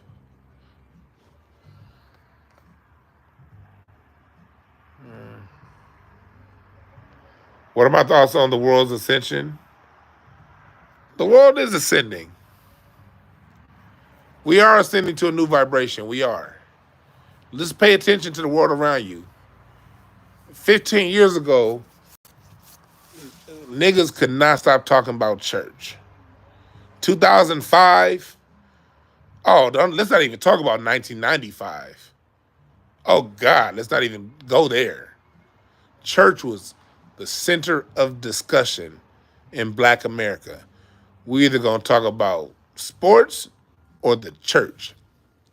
And if Jesus, hallelujah, didn't anoint it, it wasn't worth talking about. Yes, Lord. Niggas was listening to Kurt Franklin and Helen Baylor and commissioned nigga and motherfucking Fred Hammond looking like gospel heavy D. That nigga Fred Hammond looked like gospel heavy D. Let the praise begin. Hallelujah. Thank you, Jesus. Niggas was worshiping some white motherfucker with a shag. Nigga, Jesus, why Jesus look like Kid Ray from Lean On Me? So that's where the consciousness was there. The consciousness in the 2000s was all about your fashion, what you wearing, where the hoes at. Oh yeah, BB and CC? Hell yeah. But I said, look, I hate gospel music, but I still fuck with BB and CC. Addictive love, so much love. He's giving me everything I long for and everything I need. That means I'm never alone. Nigga, that was my shit. I still fuck with BB and CC. I don't listen. I hate gospel music, but I love BB and CC. Yeah, you're right. White Jesus was over there looking like Pau Gasol and shit. That's where the consciousness was. I'm lost without you. It's easy to see. Man. So, but now, look at the discourse. Look at how we're changing. A show like mine wouldn't have been popular 15 years ago. Nigga, hell no. And then the fact that I introduced to you motherfuckers, that the fact that I read cards and I'm into esoteric information, That would have really turned off Niggerville, USA. If I did this shit back in the days, Outkast was still dropping records. I wouldn't have been able to read card, man. I would have been so goddamn ostracized. What's this nigga doing? But nowadays, niggas is looking at that like, oh, okay. Man, after my cardiology session on Saturday, I booked 15 appointments. I'm still, for those of you out there, I am still running my cell. My birthday on Friday. My birthday on Friday, so for my birthday, I'm giving y'all a sale on my cardiology readings. I still got some slots available Wednesday. Friday, my birthday, I may read one more, I may take one more reading on my birthday. But I'm gonna do some reading Saturday too. I'm gonna open up Saturday. So if you want one, email info@DwannB.com.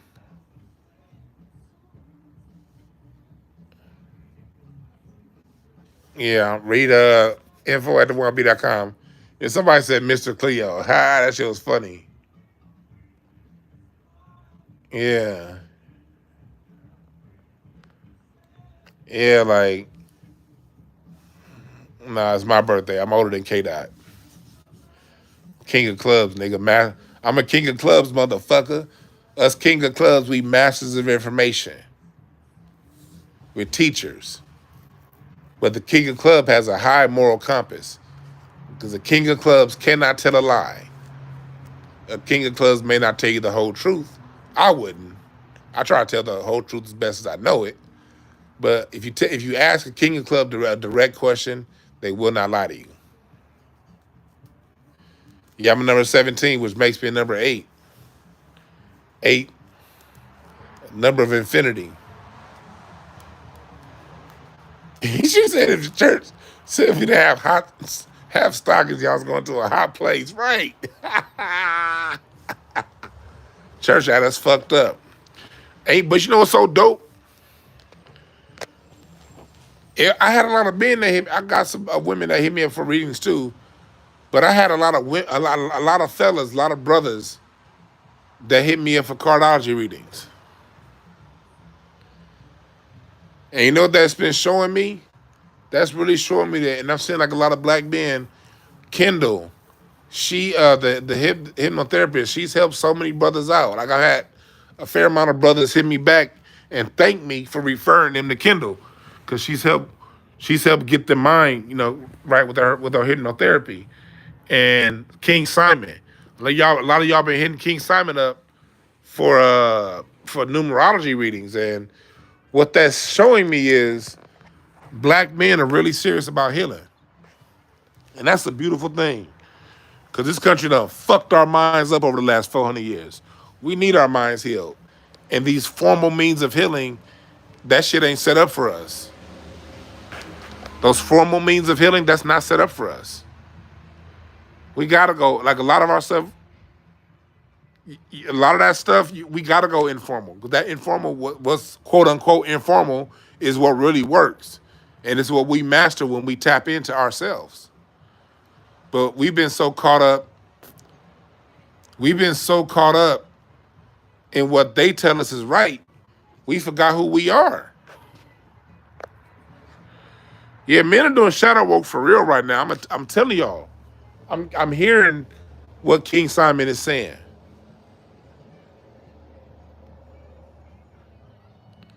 I'm hearing what Kendall is saying. I'm seeing how many brothers are hitting me up. I'm been really surprised at how many men right away, hey man, I need an appointment. And that I only had like 50 people in the chat room. I had less people in the chat room doing my cardiology readings than I do now.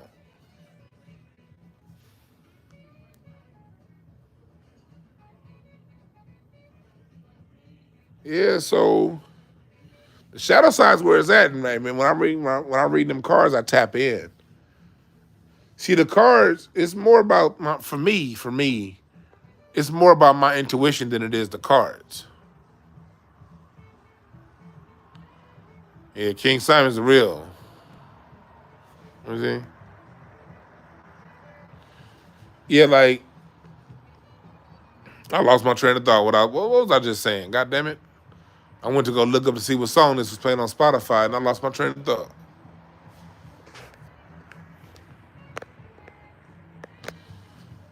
Hey, dog. Larry, if you trying to fight me, you better off shadow boxing, motherfucker. Do your shadow work in the shadow boxing gym. Oh, yeah, shadow work. It's just been like really surprisingly amazing how many brothers have stepped up to do that. Oh, yeah, my intuition. See, for me, the cards, I'm learning the cards, and I'm pretty good with the cards. But for me, it's more about my intuition.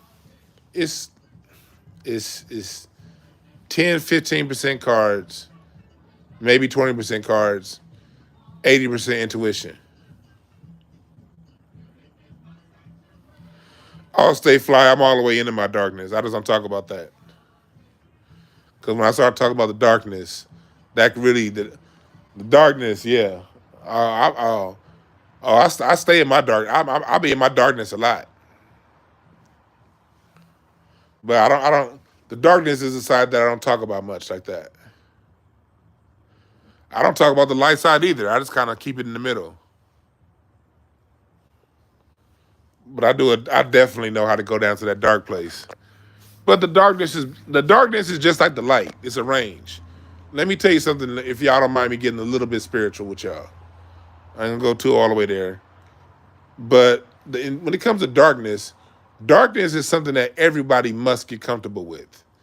Because it's in the comfort of your darkness, you truly understand how to deal with it and control with it. Especially a lot of you people with fives in your charts. Especially people if in cardology, if you're a heart. If you're in a heart suite, you want to really focus on you want to explore your darkness. You want to take a look at it. Because there's a variety within it, just like there's a variety within the light. There's bright light and there's low light. And most of your mundane Christian religions are low light. It's light, but is it really helping you? Same thing with darkness. There's a spectrum of light within the dark. There's a spectrum of range within the dark. And there is a point within the darkness that you can be in, that you can get a sense of what it is. You know, you want to know what you like when you're angry. You want to understand what triggers you. Whatever those things that trigger you in life, those things that really piss you off, those things that take you to a dark place, you want to stare it in the face. You want to get to know what it is. You want to get to know where that comes from. And in that knowledge of self, you'll understand how to control it, because there's a time and place for everything. There is a time to be dark. Darkness is very necessary. Everything in this universe has a place. Darkness is necessary. It is just as divine as light. There is no judgment. It just is. Everybody ain't gonna be the same. And for this silly ass drama that we live in called Earth, this matrix that we're in, this play that we're watching, everybody has a part. And it's in that duality that we get the beautiful life that we live. And so, like when I mean your cards, you got to know that you got 13 cards, and I can see your darkness in that. When I'm dealing with your Saturn, when I'm dealing with your Neptune and your Pluto. What's in your Neptune and your Pluto was down. I can get real deep in your subconscious through reading your Neptune and your Pluto cards. Your Uranus too, but really that Neptune and that Pluto card tell me what's hiding. That tell me that piece of you that you don't want the world to see, but it's running the program that everyone sees. Yeah, I can get that deep with cardology on you. I can get, like, I had a session today where I was just reading them motherfuckers. I was telling them, look, this is what it's like when you in your dark side. Boom, boom, boom, boom, boom, boom, boom, boom, boom, boom. All right, this is what we can do. Because not only do I read you, I do my best, because before I started reading cards, I'm a fucking relationship coach, man. I've been working with kids for 25 years. All I've been doing was solving social problems. Going into the hood, going places and helping people with their shit. So I don't just read. I read with solutions. I read with an approach and I record your sessions so you can go back and listen. Because I'm not a bullshit ass nigga. You know what I mean? I want my shit to be authentic. I want you to feel like you got something. And I want you to have something that you can use. And so when I'm reading your cards, I can read some of your pit holes. Like if I'm reading your 7-week spread or your 7-year spread, I can tell you what to look out for. It's 11-11, that's right.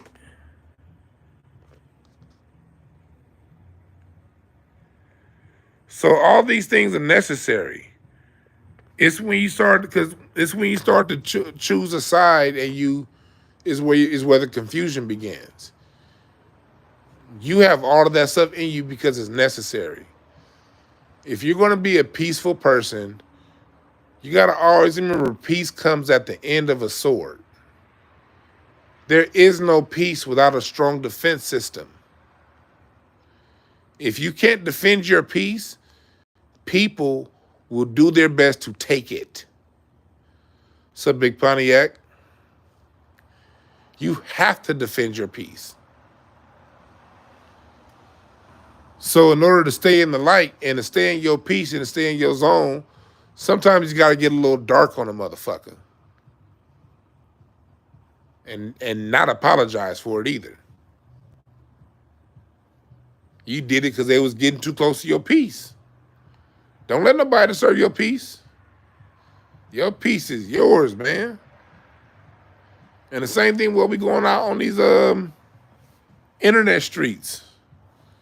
You be seeing people getting all huffing and puffing and mad in these Twitter spaces. And look at what this group is doing to that group. And it's cool to know what's going on. But you can't let that shit fuck with your emotions. You can't let these cool-ass Al Sharpton niggas fuck with your emotions.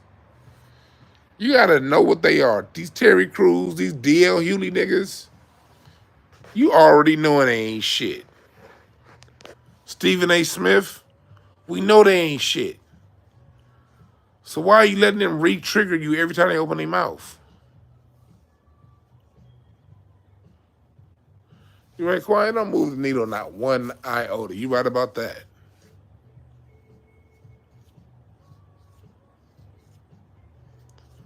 You can't let this shit mess with your emotions, people. You got to keep your heart space open. You got to keep your heart space open. Yeah, nigga, these niggas on social media, they sorry as fuck. And then, good news to social media niggas is Tiger Woods and LeBron James are now billionaires. I'll be like, okay, cool. I'm like, the way I look at it, LeBron James and Tiger Woods should have been billionaires 10 years ago with the amount of money they've been making these white folks. Shit, the way I see it, LeBron James, I don't like the nigga's basketball game, but truth is truth. He make money for them white people. He should have been a billionaire back in 2007. I'm not about to celebrate this nigga becoming a billionaire 20 years out. He been making these motherfuckers money. Well, LeBron was a rookie in 2003. He got put on that Sports Illustrated magazine in 2002. LeBron James been making white people money for 20 years. Billions of dollars. And he's just now getting one? That ain't nothing to celebrate.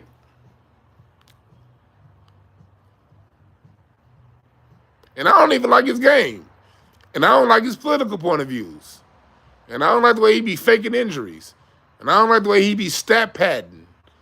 Getting stats so you niggas who don't know basketball can be like, man, he had 37 points and 12 rebounds. Yeah, he knows how to score in those pockets when the defense is relaxed. But when the team needs a bucket to stop the other team's momentum, he's passing the ball to fucking a nigga who's going to be traded to another team next week. Good night, Stay Fly. You have a good one. So I'm not a LeBron James fan at all. But me not being a fan of this heartless athlete doesn't separate me from the fact that he's been generating white folks all this money for this long, and he just now getting $1 billion.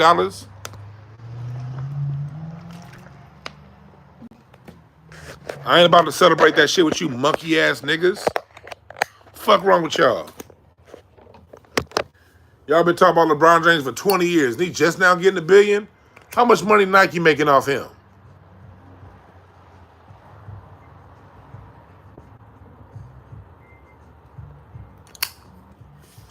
You're right, he got a coon to maintain it. So, and that's another thing. I don't even be respecting how these niggas get their billion. Jay-Z, okay, all you niggas that got your billion, you had to basically say, fuck my people to get it. And no, don't tell me about these contrived ass statements LeBron James be making. No, I'm sorry. His publicists be making for him. Don't tell me about that shit either. That LeBron James didn't say a motherfucking thing about Buffalo. But when the shit happened in Texas, because white folks are paying attention, oh my God. And no disrespect to the Uvalde people, but what's up with your people, Ramon James? I see through that nigga. Tiger Woods ain't nothing to see through. He wore that shit on his chest. Tiger Woods wear his anti-black American point of views on his chest. So like, I don't even respect what y'all did to get your money. I'm like, it's cool, y'all got y'all money. No hate from me. With the amount of money y'all been generating, these white folks, y'all dumbasses should have had that a long time ago, but hell, it ain't my concern. It ain't my concern.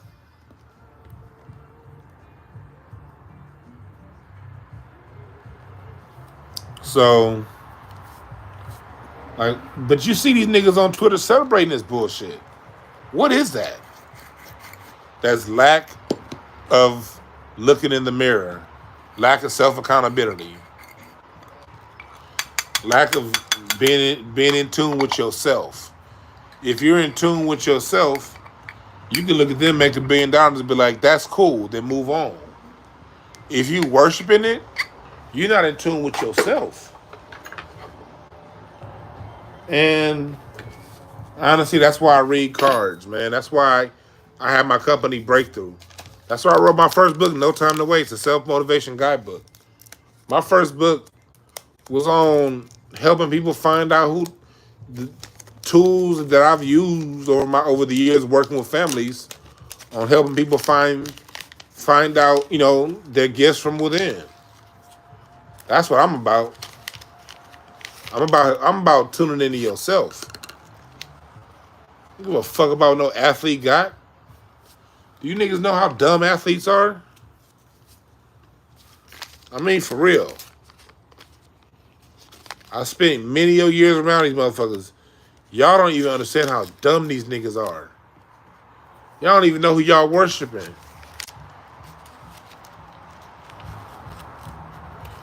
I used to have mentoring service on my website, but I took that part of my company down. I do have consultations. You can go to my website, breakthroughes.org, personal consultations. I do coach. So yeah, I do. You can go to my services on my website.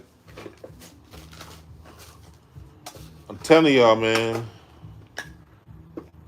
I don't even be talking about. I really should push breakthrough advocacy services more here on YouTube. But most of my clients on that are away from my YouTube services. My clientele for that company usually comes from business, like other ways, my ads and shit that ain't got nothing to do with YouTube. Most of my clients over at Breakthrough have no clue I do this. That's why I'm Dwan B over here. I'm DwannBrown over there. Those clients don't even know I be on YouTube. But I can because like I should. Thank you, Quan and Star, for all y'all for putting that up in the chat room because I really don't push that company much over here. But I do mentor. I do that coaching, relationship coaching, personal consultations with readings. My readings all also come with consultations too. Like,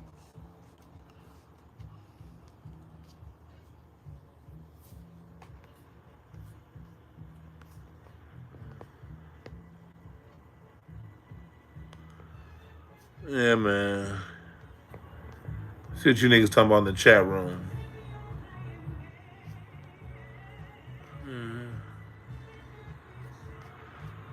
Somebody said I'm hypnotized with hatred. Huh? Hatred of what?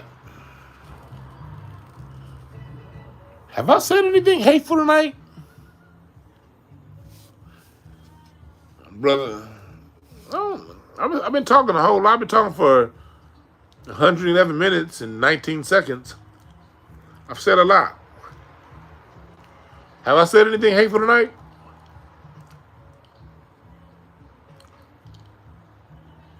I thought so.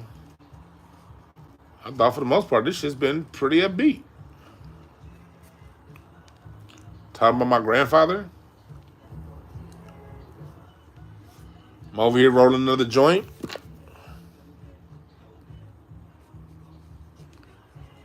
I say he triggered. Yeah, I'm trying to figure out what I say. I'm over here rolling the joint like shit. We having a good conversation. I got some good water. I think I'm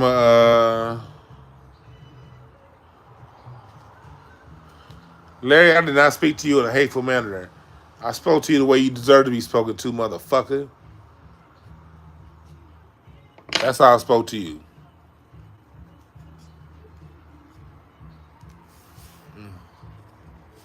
I wasn't mean to him. I was scared. Quan said, psych. You right about that. Yeah, psych. I wasn't mean to Larry. I was talking in the way he's supposed to be talked to. Gotta watch out for these jive motherfuckers. Larry's a jive sucker. A clown motherfucker.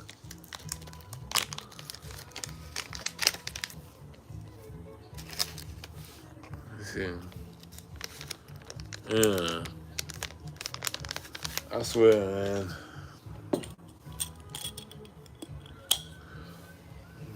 What else y'all talking about in here? No. Don't let it go to your head, no.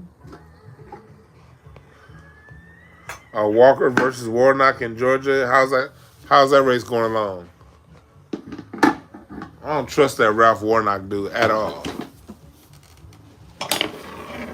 Dr. Randy Short calls him war nuts. That should be funny. He'd be like, that guy war nuts. Every time Randy Short say that shit, I'd be laughing my ass off.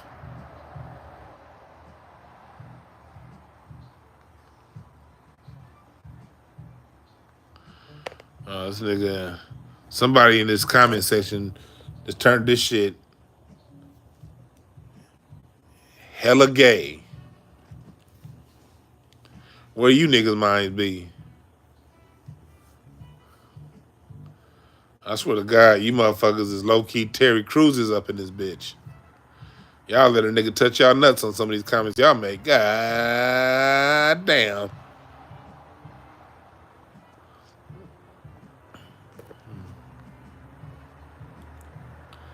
I just saw your question, Quan. Why do people worship? Let's break this down on the LeBron James tip. All right. This how it is. This how it is when it comes to LeBron James. Do you guys remember when he was a rookie?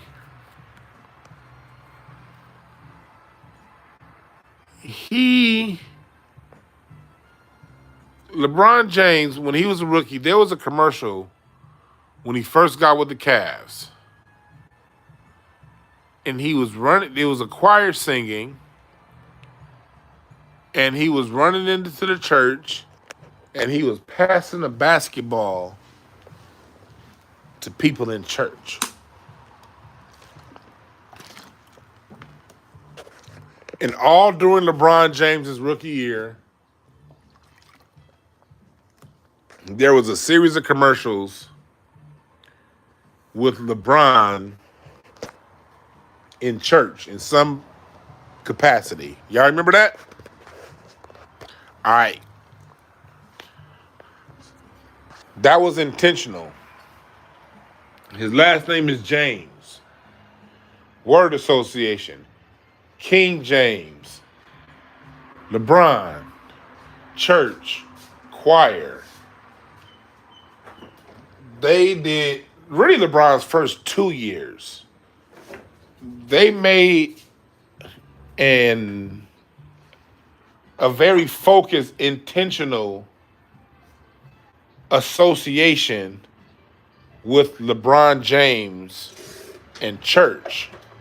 King James, Bible, LeBron, the King. What did they do? Young LeBron wore what? A headband. A headband is a crown. Signifies crown. You can't actually wear a crown on when you play basketball, so what do you have to wear? You have to wear a headband. And through the use of word association, feeding your subconscious mind, and then now you have a media, because LeBron James is the chosen one. Kobe got caught fucking that white girl in the ass, so we can't make him. He's out the conversation of the GOAT. You can't be the GOAT with accusations of you ripping this white girl's ass, tearing her a new asshole in Eagle, Colorado. So you're out the door, buddy. LeBron James is our guy. The NBA doesn't market teams. They stopped that in the 80s with Magic and Bird. They market people. Jordan was that guy. LeBron is that guy. So NBA on First Take on, mind you, 2003, when LeBron comes into the NBA, LeBron came into the NBA at the same time these sports talk shows are starting to explode. When you're talking 2000, when you talk about in the 90s, when you start talking about the 90s, when you're talking about the, you had SportsCenter, and then you had Up Close with Roy Firestone, where he may interview an athlete. You didn't have debate shows. You may have a debate segment on SportsCenter every now and again, but sports was more so about, okay, look at this dunk, look at this steal, look at that pass, go home.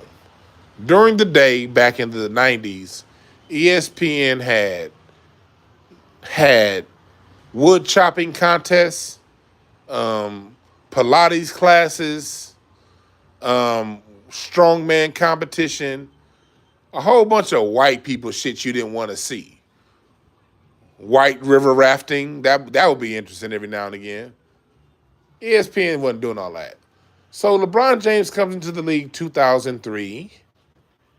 I know because the Lakers won their last championship in 2002 in the Shaq Kobe era. So that was the year Michael Jordan retired. The Lakers lost in 2003 to the San Antonio Spurs in the second round of the playoffs, which was LeBron James's first year. Yeah, because you had that show, The Best Damn Sports Show on Fox Sports. But now Disney done bought ESPN. And since Disney bought ESPN, now you have this new show called Cold Pizza, which later became First Take. You have Pardon the Interruption, PTI. You have these debate shows. So at the same time, the NBA is creating this word association, LeBron James, King James, Church, Gospel, LeBron James, Witness. What was that billboard? There was a billboard that was very popular with LeBron, and it used to be in Cleveland. It was a picture of him getting the powder, and he clapped his hand together and he had his hands out. You had this very famous picture of LeBron James with his hands out, signifying the cross. His hands were perfectly perpendicular to his body. His arms were perpendicular at a 90-degree angle. You're signifying a cross. And it said witness. Y'all remember that? Witness. Did you witness? Witness. Church. LeBron James. Nikes. Passing basketballs. Church. Choir. King James. Witness. Arms out on the cross. Witness. Headband. Crown. Do you see how these NBA marketers know how to get to your fucking subconscious? This is what I mean about how this stuff works. You got to put this together. Mind you, part of the reason why I'm so sharp on this is because when LeBron James was a rookie, I just happened to be taking a propaganda class in college that semester. The semester before that, I take it back. That was 2002. I took that propaganda class. 2000, I took that propaganda class. I remember it was that same semester the Lakers beat the New Jersey Nets in the finals 4-0. Jason Kidd and those guys. It was, I remember, because my final was like just before game 3 of the finals that year. That's when I had that final for that propaganda class. So I had just taken a propaganda class, and then here comes LeBron James. No, that wasn't that year. That was 2000. The Spurs beat the Nets that year for 4-1. It was that year. Was it that year? I think it was that year. No. It was Lakers. It was 2002. Because LeBron James' rookie year was what, 02-03, right?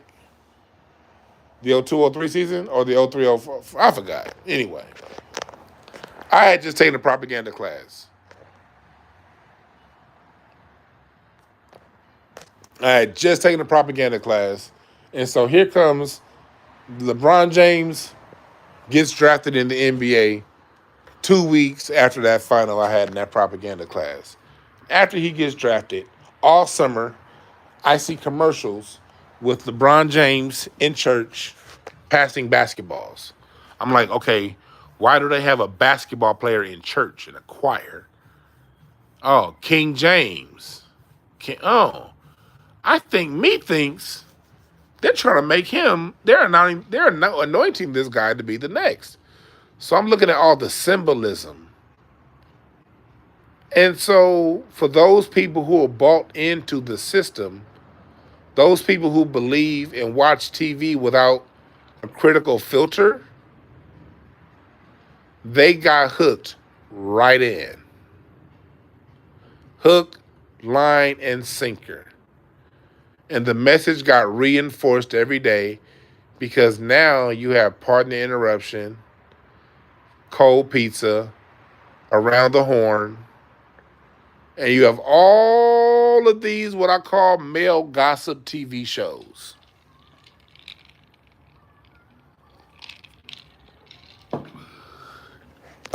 You got all that.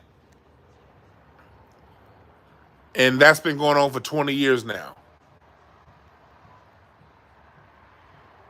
To tell you the truth, they have been telling people LeBron James was the best player in the NBA from 0.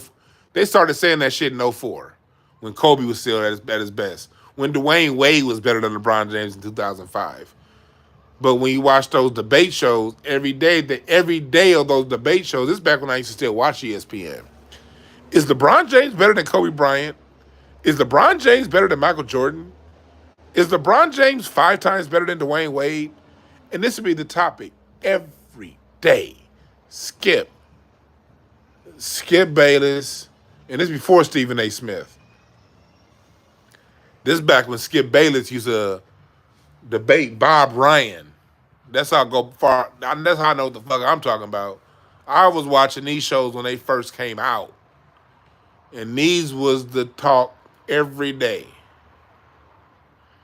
That's when I was in college. Yeah, Woody. I was in Santa Monica College. I was in Cal State Northridge. I always did morning classes so I could be back home by 2. So, because I wanted to see Partner Interruption. I wanted to see Around the Horn. On the way. That's what I'm talking to y'all. She out kicking it with her mom. But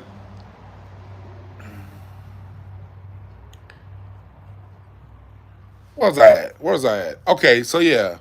All these shows are going on, and this is the topic every day. And this has been going on for a long time. LeBron James chokes, they make excuses. If he doesn't win, it's because he doesn't have enough help. But if James Harden doesn't win, it's always because he loses focus.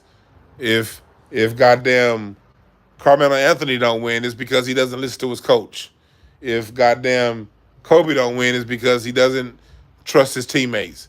If LeBron James doesn't win, oh, it doesn't matter that he has 4 teammates that are all-stars. He still didn't get enough help. So that's what the NBA did. That's what they do. That's what they does.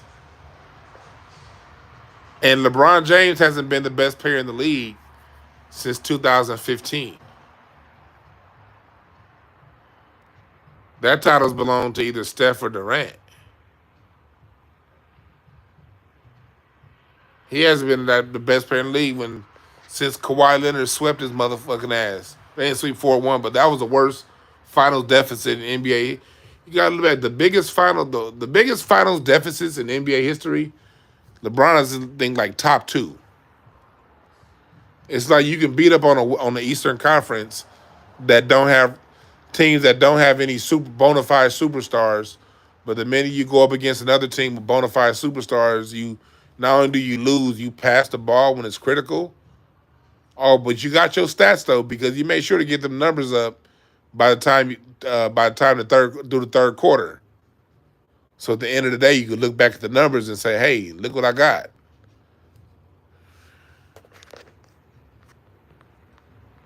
And so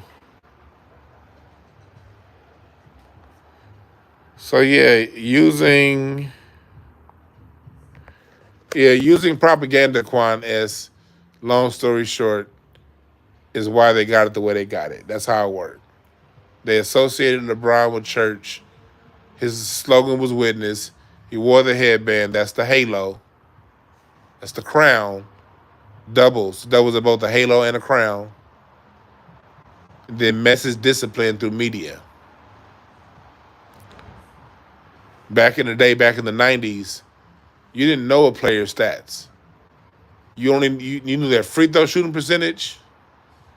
You may know, you look up, the announcers may say with like 2 minutes left in the game, hey, if Jason Kidd gets another assist, he'll get a triple-double. They didn't show stats like that. They showed, okay, this is where, what they used to show back in the 90s, they would show a shot chart. Okay, this is where he's hot, this is where he's cold. They may show plus minus, but really they would talk about defense, if they need to get tighter on defense and, people need to move out the ball. And because it was about the team winning. The NBA, at the same time with LeBron James, because you got to remember this, another thing that happened. NBA coverage went from NBC to, they got the new TV deal in 2003. So the NBC, so that's another move you got to look at happen. This is a very critical move. You got to look at what happened. The NBA signed that TV contract with who? ESPN, Disney. When? 2003. When did LeBron James get drafted?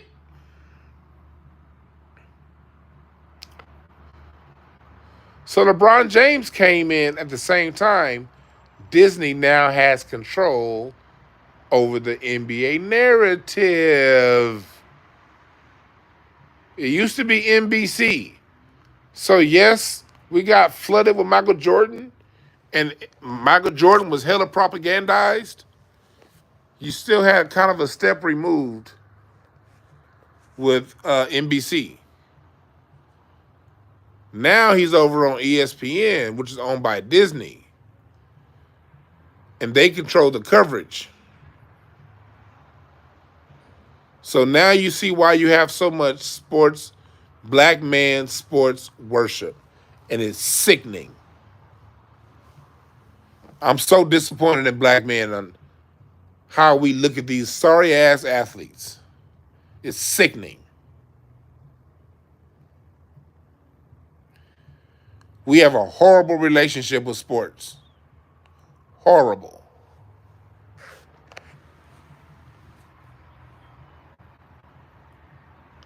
Horrible relationship with sports. And that's why Disney runs the party.